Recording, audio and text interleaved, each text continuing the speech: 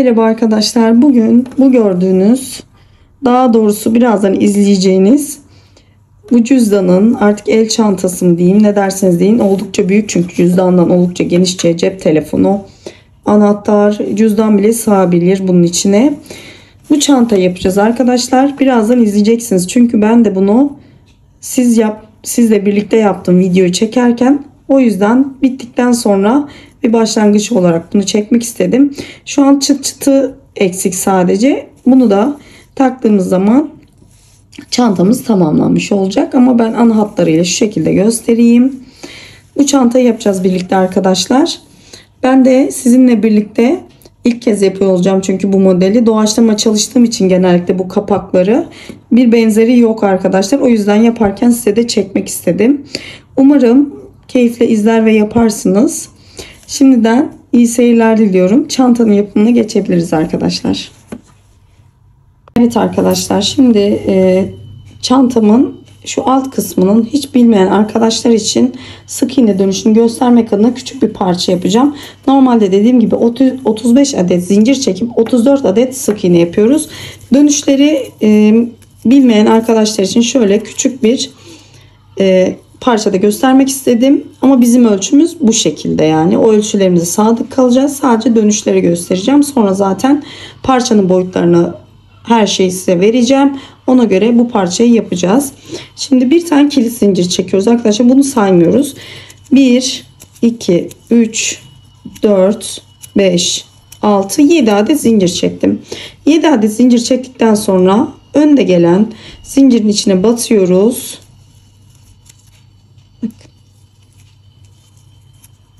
Ve 6 adet sık iğnemiz oluyor. Şimdi bu 6 adet sık iğnemizi yapıyoruz arkadaşlar. Dediğim gibi sayılarımız burada söylediğim gibi yapacağız. Sadece dönüşleri bilmeyen arkadaşlarım olabiliyor. O yüzden onlar için dönüşleri göstermek istedim. Evet arkadaşlar. Şimdi 6 adet sık iğnem var burada. Şimdi burada dönüşte arkadaşlar ben bir adet zincir çekiyorum. Ters dönüyorum ve burada ilk gelen, bakın buraya değil, hemen yanındaki sık iğnenin tepesine batıyorum. Bir zincir çektiğim için. Hiç zincir çekmeden dönen arkadaşlarım var ama bence böyle kenar daha düzgün oluyor. Bu şekilde yandaki sık iğneleri tekrar ediyorum. Bakın buraya kadar geliyorum.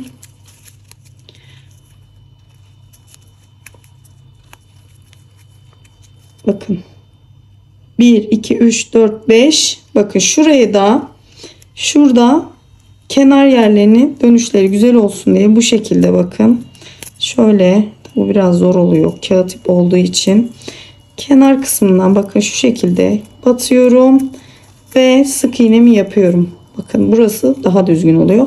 Tekrar bir zincir çekiyorum, dönüş yapıyorum. Buraya değil arkadaşlar, bir yanındakine batıyorum ve sık iğnelerimin tepesine tekrar sık iğnelerimi yapmaya devam ediyorum arkadaşlar. Hep aynı şekilde ilerliyor. Benim kullandığım yöntem bu şekilde.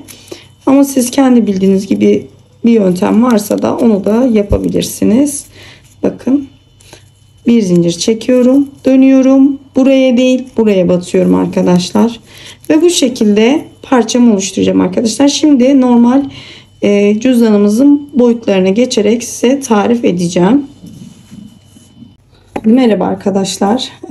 Sayfamda, Instagram sayfamda da cüzdan modellerim var. Şimdi bir tane daha yaparken siz takipçilerimle paylaşmak istedim. Şimdi öncelikle böyle bir parça var. Bunu ben yaptım, hazırladım. Size şu an açıklamasını yapacağım. Tamamen burası sık iğneden oluşuyor. Burada 35 adet zincir çekip 34 tane sık iğne yaptım arkadaşlar ve yukarıya doğru 44 adet sık iğne yaptım. Burada geri dönüşlerde de bir zincir çekip geri dönüp tekrar sık iğnelerimi yapıp tekrarladım. Sonra bunu bitirdikten sonra arkadaşlar parçaya, şimdi kapak kısmına geçeceğim. Burada da şu şekilde bakın işaret belirleyicimi taktım. Burada 34'ü 2'ye böldük arkadaşlar. Yani tam ortayı buluyoruz. Burayı işaretliyorum. Artık buradan başlayarak kapak modelimi oluşturacağım arkadaşlar. Tığım 3,5 milim. İpim de orta kalınlıkta bir kağıt ip arkadaşlar. Burada ölçü istediğiniz genişlikte de yapabilirsiniz arkadaşlar. Bu arada bakın ölçü de vereyim ama siz istediğiniz boyutta, istediğiniz genişlikte cüzdanınızı çalışabilirsiniz. Burada benim bakın enim 20,5 santim. Yüksekliğim de 26 santim arkadaşlar. Ama dediğim gibi siz zincir sayısını arttırarak örneği kurabilirsiniz. Şimdi burada kapak modeli. Ben genelde doğaçlama yapıyorum arkadaşlar. Bir modele bağlı kalarak değil. Kendim gözüme ne hoş geliyorsa o anda onu yapıyorum. Burada da aynı bu şekilde çalışacağım. Burada önemli olan bakın şöyle ortaladıktan sonra kenar yerlerdeki şu sık iğne sayılarını eşitleyerek deseninizi oluşturmak. Yani ben mesela buradan başlıyorum. İlk modelimi kurduktan sonra örneğimin boyutuna göre yani marullanma olmayacak şekilde 2 adet sık iğne atlıyorum ya da desene göre 3 adet. Yani bunu siz kendi yaptığınız modele göre de uyarlayabilirsiniz. Herkesin dediğim gibi el ayarı farklı oluyor, genişliği ve sıkılık, işleme sıkılığı. O yüzden model sizde farklı da durabilir, marullanma yapabilir ama yaptıktan sonra arkadaşlar ütüleyebilirsiniz ve düzeliyor. Ben de bunu yaptıktan sonra ütüleyeceğim arkadaşlar. Şimdi kapak kısmına geçebiliriz. Evet arkadaşlar bakın burada şimdi kapak kısmına geçeceğiz. Şurada bakın parçamızın orta kısmını buluyoruz. 34 tane sık iğnemiz vardı. 17 bir tarafta 17 bir tarafta kalmak üzere ayırdık ve buraya bir ilmek belirici taktık. Şimdi buradan örneğimizi başlayacağız. Burası orta noktamız. Şimdi bu örneğimizin düzü arkadaşlar. Şimdi biz tersini çeviriyoruz. Buradan kurmaya başlayacağım. Şimdi arkadaşlar ilmek beliricimiz olduğu yerden iki bu taraftan alarak sık iğnelerimizi alarak örneğimi başlayacağım. Bakın şimdi 1 2 bu tarafta kalacak. 2 tane de ilmek beliricimizin bu tarafında, sağında ve sonda olmak üzere ikişer tane. Şimdi tığımı buradan batırıyorum.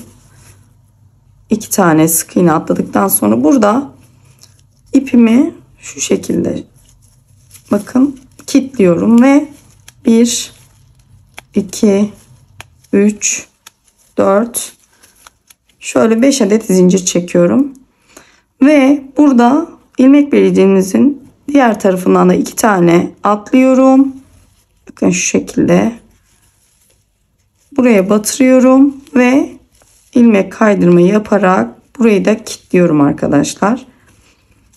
Dediğim gibi ben örneği tamamen doğaçlama yaptığım için kafama göre örnek koyuyorum arkadaşlar. O yüzden ben de şu an nasıl yapıyorsam o şekilde izleyeceksiniz. Yani arada sökme de olabilir. O yüzden şimdiden bunu belirtmek istedim. Şimdi bunu bakın kilitledikten sonra artık ilmek belirleyicimizi çıkarabiliriz. Şimdi ters dönüyoruz arkadaşlar. Yani örneğimizin düzüne döndük tekrar. Şimdi burada 10 adet sık iğne yapacağız arkadaşlar. Bakın. 1 2 3 4 5 şunu da şuradan biraz gizledikten sonra keseceğim. 6 7 8 9 bakın şunu şuradan keselim.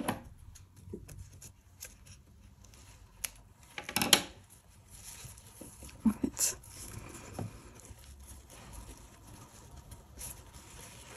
Bakın 9 tane oldu. Şimdi 10'uncuyu da yapıyoruz. Evet. 10 adet sık iğnemi yaptım arkadaşlar. 10 adet sık iğneden sonra şimdi burada modelimizi kuracağız. Şimdi burada son sık iğnemizi yaptıktan sonra bakın. Şimdi şuraya bunu şöyle birleştiriyoruz dibine. İlmek kaydırma yöntemiyle bunu yapıyoruz ve 1 2 zincir çekiyoruz. Buradan da bakın 2 tane atlıyoruz arkadaşlar. 1 2.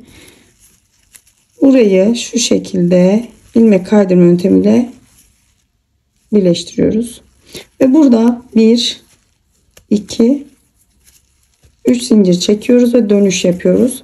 Bu dönüşü yaptıktan sonra tığımızı dolamadan, bakın şimdi şuradan bir çekip uzatıyoruz ve yanına tekrar batıp uzatıp hepsini tek seferde çekiyoruz. 1 2 3 zincir çektik. Tığımızı dolamıyoruz. Hemen yanındaki sık iğnenin tepesine batıyoruz. İlmeğimizi uzatarak çıkarıyoruz. Tığımızı doluyoruz. Tekrar yanındakine batıp uzatıyoruz ve ikisini bir arada tekrar 3 zincir, yandakine batıp uzatıyoruz, doluyoruz. Tekrar hepsini bir arada tekrar zincir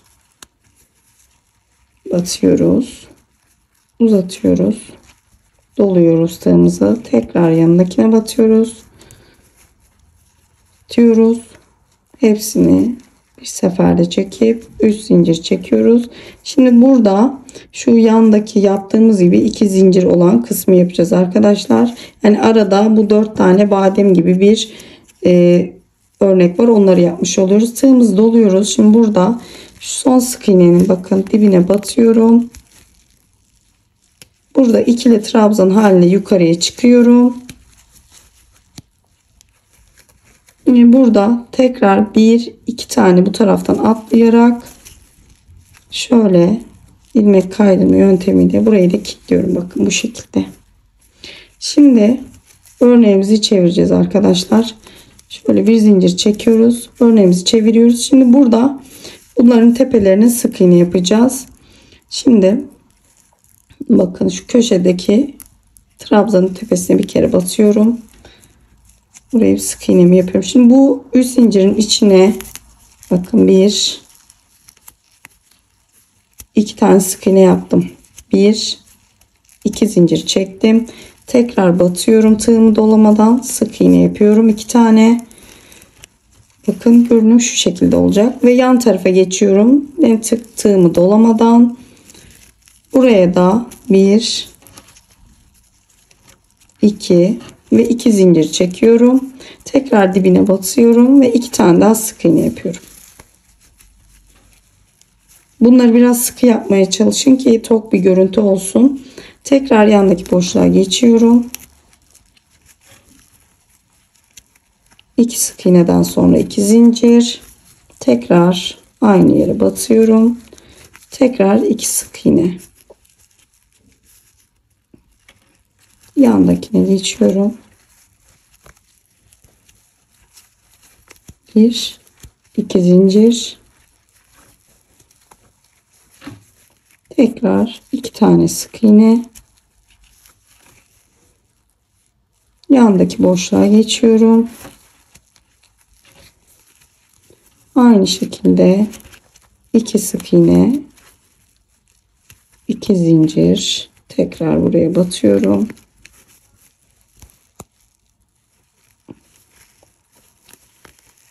İki tane daha sık iğnemi yapıyorum. Ve şuraya bakın şöyle birleştirme noktasına bir tane daha yapıyorum.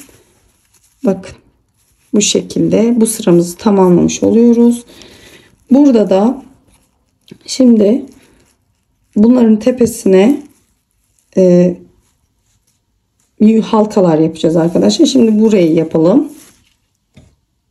Şimdi arkadaşlar burada bakın şurada ilmeğimizi buraya birleştirmiştik. Buradan şimdi 2 adet bakın şöyle 2 adet sık iğne şöyle ilmek kaydırmayla yan tarafa geçiyoruz. Bakın 2 tane. Şimdi artık burada 1 2 3 tane tekrar zincir çekiyoruz ve dönüyoruz. Şuradaki bakın şu 2 zincir çektiğimiz şurada tepe noktalarımız var. Bunların içinden geçiriyoruz. 1 adet sık iğne. 1 2 3 tepe noktasına batıyoruz. Bakın şuralara. Şöyle. Tekrar sık iğne. 1 2 3 adet zincir. Şuradaki tepelere batıyoruz. 1 2 3. Bu kısımda zincirlerinizi çok sık çekmemeye çalışın ki kasma olmasın. 1 2 3. Tekrar tepe noktasına ve sık iğneli birleşim. 1 2 3. Bakın burada da 3 tane bakın yaptıktan sonra dip noktaya tekrar geliyoruz. Bakın şuraya. Burada bu dip noktaya batıyorum ve ikili trabzan yapacağım arkadaşlar ve bunu alttaki parçaya bağlayacağım. 1 2. Buradan da 1 2 adet atlıyorum ve ilmek kaydırmayla bağlıyorum arkadaşlar. Bakın şu şekilde.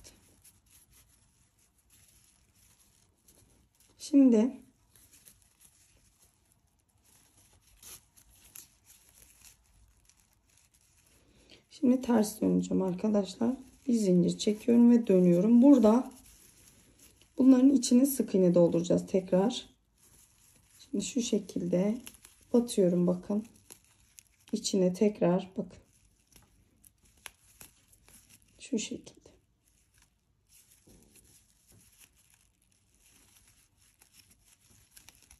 Bir, iki, üç, 4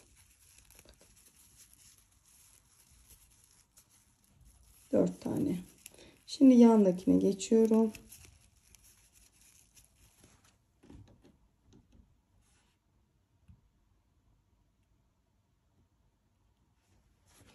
Bunun içine 4 tane. 1 2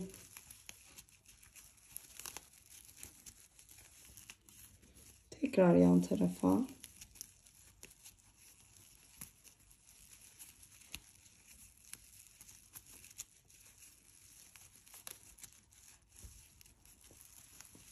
Bütün bunları bu şekilde işlemimizi yapıyoruz.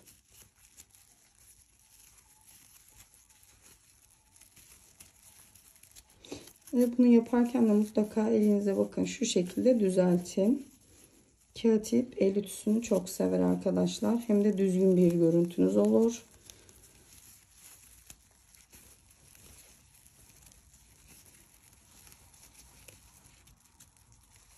Dört.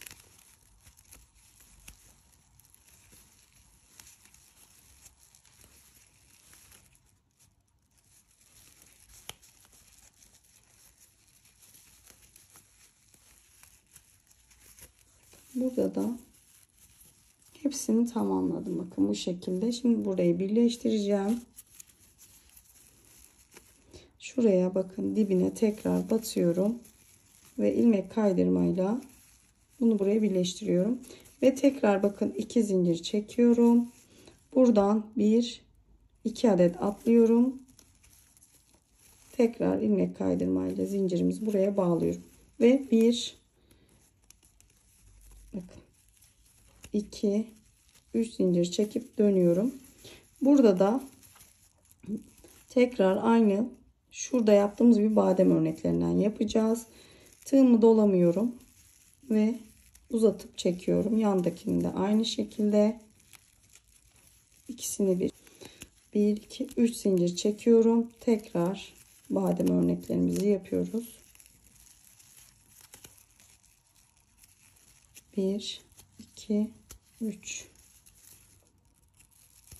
Hiç boşluk vermeden bakın.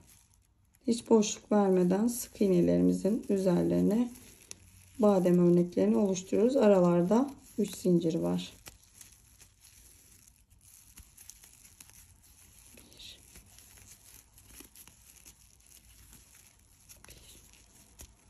2 3 diyoruz.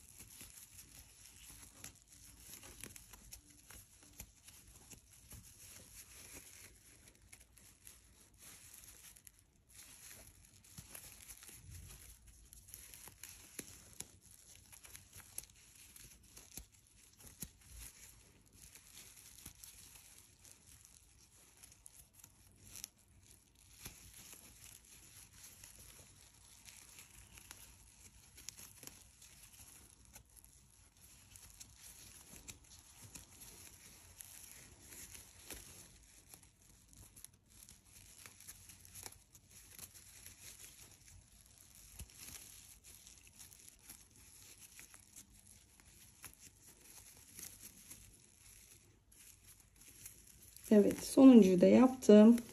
Tekrar bakın. Şuradaki gibi buradaki zincirimizi de çekeceğiz.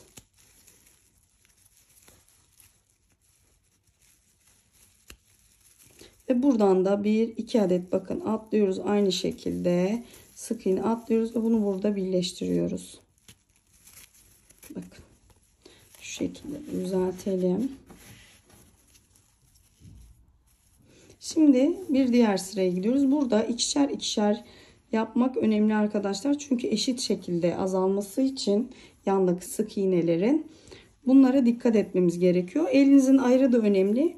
Zincirlerinizi bol ya da gevşek çekmek tamamen size kalmış. Yani örneğinizi kasmayacak şekilde bol ya da sık çekebilirsiniz zincirlerinizi. Şimdi burada bir diğer sıraya geçeceğiz. Burada bunların üzerlerini arkadaşlar tekrar sık iğne dolduracağız. Şimdi bir zincir çekip dönüyoruz ve içerlerini tekrar 2 adet sık iğneden sonra 2 zincir, tekrar 2 adet sık iğne, yan tarafa geçiyoruz tığımız dolamadan, tekrar 2 adet sık iğne, 2 adet zincir, aynı yere batıyoruz boşluğa ve tekrar 2 adet sık iğne.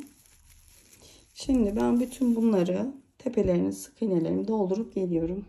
Evet arkadaşlar, bakın hepsinin aynı şekilde işlemi uyguladım. Şimdi burada son sırada zaten geldik, şurada birleşimi yapıyorum. Tekrar 1 2 arkadaşlar 2 zincir çekip burada 2 tane sık iğne atlayıp buraya batıyorum arkadaşlar. Şimdi tekrar buraya birleşimi yaptım. Burada 1 2 3 adet zincir çekiyorum ve dönüş yapıyorum arkadaşlar. Burada tekrar bakın şu şekilde tepelere batacağız. Gene aynı yaptığımız gibi 2 3 şöyle, burada da bütün bu işlemi uygulayacağız arkadaşlar. Tepe noktalarını zincirlerimizi çekip tamamlayalım. Evet arkadaşlar, burada da zincirlerimi çektim. Çektikten sonra bakın burada 2 adet gene sık iğne atladım. Burada iplik kaydırma yöntemiyle birleştirdim. Şimdi bakın şöyle tekrar bir zincir çekip şöyle ters dönüyorum arkadaşlar. Burada tekrar aynı şekilde sık iğne doldurma işlemi yapacağız. 2 tane çekiyoruz. Bakın. Şöyle 2 tane dolduruyoruz. Aynı zaten işlem. Yandaki kutucuklara da aynı şekilde 2 zincir tekrar aynı yere batıyoruz. Ve bu şekilde bütün kutucukların içine aynı işlemi yapıp geliyoruz. Bakın hepsini yaptım aynı şekilde. Burada dip noktada tekrar bakın burada zincirimizin olduğu yere bunu gelip şu şekilde bağlıyoruz ve 2 zincir çekiyoruz. Tekrar bakın 1-2 adet atlıyoruz ve tekrar ilmek kaydırma yöntemiyle birleştiriyoruz ve 1 2 3 zincir çekip dönüş yapıyoruz ve tekrar aynı şu tepelere batıyoruz arkadaşlar. 3 dediğim gibi burada elinizin sıkılığı ve gevşekliği çok önemli arkadaşlar. Bu zincir sayılarını buna göre ayarlayabilirsiniz. Hani çok böyle dalgalanma olmasın ya da sıkı olmasın. Eğer çok gevşek çekiyorsanız 2 adet de çekebilirsiniz. Zaten bittikten sonra ütü de yapacağız arkadaşlar. Burası düzelecektir ama siz yine de dikkatli olun. Şimdi ben bütün zincirleri çekip tamamlayıp son sıramıza geçmek için tekrar görüşeceğiz. Evet arkadaşlar, bakın burada da zincirimi çektim ve birleştirdim. 2 adet zincir sık iğne atlayıp şimdi artık son sıraya geçiyoruz. Benim burada biraz ipim bittiği için yeni ip ekleyeceğim ki son sırada bir birleşim olmasın, daha düzgün bir görüntü olsun diye ben bu birleşim kısmını burada halledeceğim. Şu şekilde bakın Şimdi zincir çekeceğiz. İpimi de bu arada birleştireyim. Şimdi 1 2 zincir çektim arkadaşlar. Burada bakın. Şurada son ilmeği almıyorum. Bu çünkü birleşim noktası için kullanacağız. Şimdi burada 2 zincir çektim. Bakın şöyle bir adet zincir çekip geri dönüyorum. Burada şimdi buraya ikili trabzan yapıyorum arkadaşlar. Bunları da zaten dikerken buradan kaldıracağım ve saklayacağım.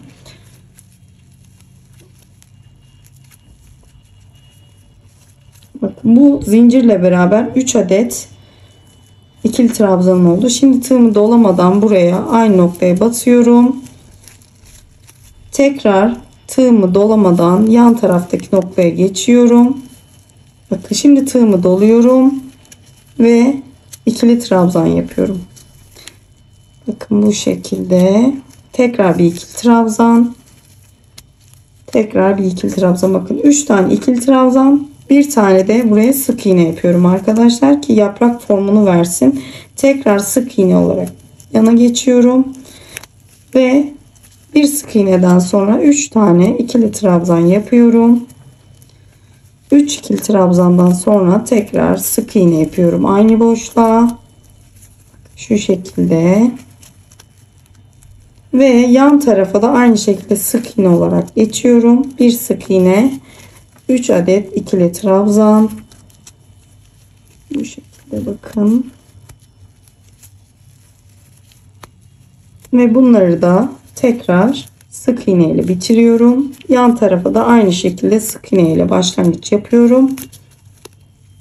Ki böyle bir yaprak görüntüsü olabilsin diye. Şimdi bütün boşluklara aynı işlemi yapıp gelelim arkadaşlar. Evet arkadaşlar bakın. Bütün kenarlarıma aynı işlemi uyguladım. Burada yaptığımız gibi tekrar 3 adet ikili trabzandan sonra direkt buraya birleşim yapıyoruz.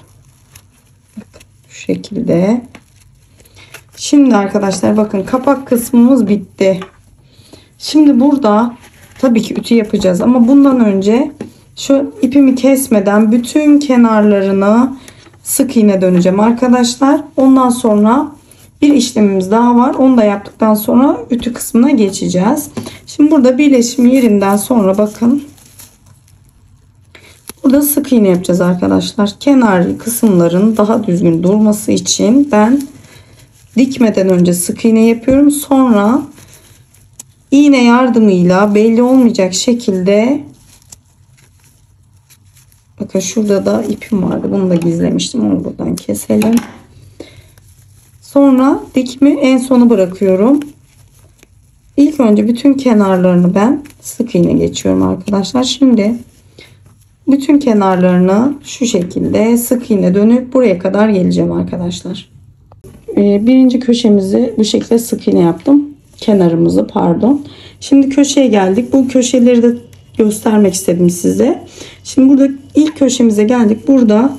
Buraya 3 adet sık iğne yapıyoruz arkadaşlar. Dönüşlerimiz güzel dursun ve kasmasın. 3 adet sık iğne yaptıktan sonra aynı şekilde sık iğnelerimizi devam ettiriyoruz. Buradaki köşemize de aynı şekilde 3 adet, sonra buraya kadar gelip tamamlayacağız. Evet arkadaşlar bakın bütün kenarlarını sık iğne yaptım. Ve görünüm gerçekten çok muntazam oluyor. Ben her zaman bu şekilde yapıp sonra birleştirim yapıyorum. Şimdi son işlemimize geldik arkadaşlar. Burada da bakın şurada son sık iğnemi yaptım kenarın. Şimdi burada şu örneğimizi yaptığımız yerin karşıya kadar ilmek kaydırma yapıp güzel bir görüntü oluşturacağız. Bu da şu şekilde. Zaten ipimiz bakın aşağıda. Şöyle ilmek kaydırmayı zaten çoğumuz biliyor ama bilmeyenler için ipimiz aşağıda ve şöyle batıyoruz ve bundan ilmeğimizden geçiriyoruz. Bu şekilde batırıyoruz. Şöyle geçiriyoruz. Bütün şu şekilde bakın şurada sık iğnelerin üzerinden karşıya kadar bu işlemi yapacağım arkadaşlar. Bu işlem hem güzel bir görüntü sağlıyor arkadaşlar, bakın. Şu şekilde. Bunu karşıya kadar tamamlayacağım. Hem görünüm güzel oluyor, hem de bir duruş bozukluğu varsa ki ütüden sonra zaten büyük ihtimal bu geçiyor arkadaşlar. Bu volanlanma falan da varsa o da ütü yaptıktan sonra zaten geçecek. Ben de bunu bitirdikten sonra ütümü yapacağım. Sonra birleştirim yapıp kenarlarını dikeceğim. Şimdi bakın bu şekilde ilmeklerimizi kaydırarak karşıya kadar geçelim arkadaşlar. Sonra zaten ipimizi, bakın, sonra zaten ipimizi keseceğiz arkadaşlar ve ütü yapacağız. İlmek kaydırımı karşıya kadar yaptım. Buradan tam böyle kısa olarak kesmiyorum ipimi, çünkü birleştirme yaparken bu ipi ihtiyacım olacak. Bir daha ip eklemek istemediğim için bu tarafı dikerken şöyle uzunca bir ip payı bırakıyorum ve bunu buradan kesiyorum arkadaşlar. Şu şekilde de çıkaralım. Şimdi ben bunu ütü yapacağım arkadaşlar. Ütü yaptıktan sonra bu şekilde kenar yerlerinden, bakın şöyle göstereyim ki ütü yapınca daha güzel belli olacak. Ütü yaptıktan sonra buralarından dikeceğim. Şimdi ütüyü yapıp geliyorum arkadaşlar. Evet arkadaşlar, bu şekilde ütü işlemimi yaptım. Bakın çok güzel, çok muntazam bir görüntüsü oldu. Kenarları da sık iğne gittiğimiz için kenar görüntüsü de çok güzel. Şimdi ben size bir ölçü vereyim. Tamamen kapakla birlikte bitmiş boyunda vereyim. Bakın 37 santim arkadaşlar. Burada şimdi artık birleşim işlemimiz var ama önce içine astarını dikiyorum ben. Bu şekilde dikdörtgen şeklinde parçayı yapıp astarını yapıp dikiyorum. Sonra birleştiriyorum. Bunu da şu şekilde ben size göstereyim. Şimdi burada astar dikimini paylaşamayacağım. Zaten az çok hepiniz biliyorsunuzdur. Yani aynı bu parça büyüklüğünde kumaşınızı kesip içine astarınızı yerleştirin arkadaşlar. Yanlarını birleştirmeden önce astarımı diktim. Çantama monte ettim. Şimdi şuraya da şöyle küçük bir cep yaptım. Şimdi bu şekilde bakın ikiye katlıyoruz. Ve şuralarından ilk önce bir mandal yardımıyla tutturup hizalayacağız. Kapak kısmına bir bakacağız. Hem de dikerken bu yardım eder bize. Kaymasını engeller. Şimdi iki tarafından tutturdum. Bakın şu şekilde. Ve kapak kısmı bakıyorum nasıl kapanıyor mu? Hizalı mı? Bu şekilde ayarlamamızı yapıp ondan sonra dikeceğiz. Ve bakın kapak kısmı gayet güzel duruyor. Şimdi şurada ip bırakmıştık, hatırlıyorsunuz. Kesmemiştik. Bununla birlikte iğneme taktım ve buradan şu şekilde sık iğnelerimi birbirine bağlıyorum.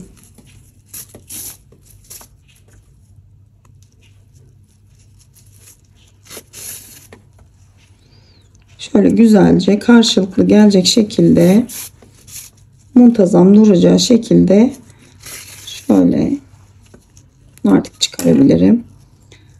Bu şekilde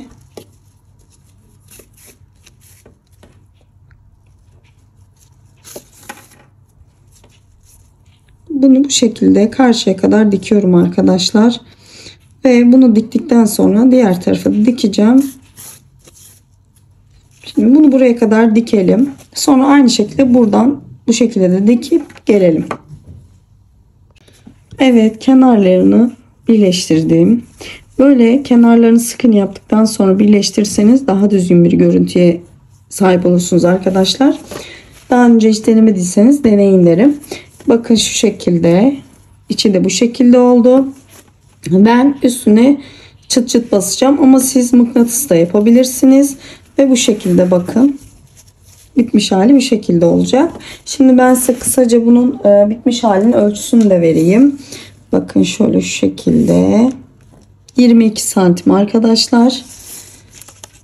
Yüksekliği de kapak boyu ile birlikte 14 santim. Umarım beğenmişsinizdir. Ben de dediğim gibi sizinle birlikte yaptım. Örneğin büyüklüğüne göre model değişiyor. Buna benzer bir tane var sayfamda ama tamamen aynı bu model değil. Çünkü ebat genişledikçe burada kurduğumuz örnek de değişiyor. Sizinle birlikte ben de ördüm. Size de çektim. Umarım beğenmişsinizdir. Yapacak olan arkadaşlara şimdiden kolay gelsin diyorum. Küçücük de bir ricam olacak. Kanalıma ücretsiz bir şekilde abone olup yorum yaparsanız çok memnun olurum. Hem bir dahaki videolarımdan haberdar olursunuz, hem de ben de emeğimin karşılığını almış olurum böylelikle. Ve emin olun, böyle videolarımı beğendikçe daha çok video çekmek istiyorum. Çünkü insan motive oluyor gerçekten. Dediğim gibi tamamen ücretsiz abone olmak. Abone olup beni desteklerseniz çok sevinirim. Bir dahaki video kadar hoşça kalın arkadaşlar.